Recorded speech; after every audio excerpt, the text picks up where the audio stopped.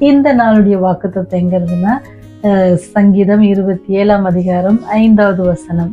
தீங்கு நாளில் அவர் என்னை தம்முடைய கூடார மறைவிலே மறைத்து, என்னை தமது கூடார மறைவிலே ஒளித்து வைத்து, என்னை கன்மலையின் மேல் உயர்த்துவார் அப்படின்னு சொல்லி, கர்த்தருடைய கூடாரத்துல மறைவுல இருந்தோம் அப்படின்னு சொன்னா, கர்த்தருடைய சன்னிதானத்துல நம்ம இருந்தோம் அப்படின்னு சொன்னா, அது நமக்கு எப்படி இருக்குமா? தீங்கு நாட்கள் நம்மை அணுகாது. அந்த தீங்கு நாட்களே அவர் நம்மை மறைத்து வைக்கிறாரு.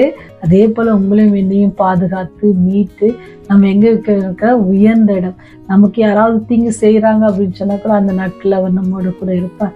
நம்மை ஒளித்து மறைத்து காத்து கொள்வார். இன்னும் விசுவாசத்துல அதிக பலப்பட்டு தேவனோடு கூட நம்ம நெருங்கி ஜீவிப்போம்.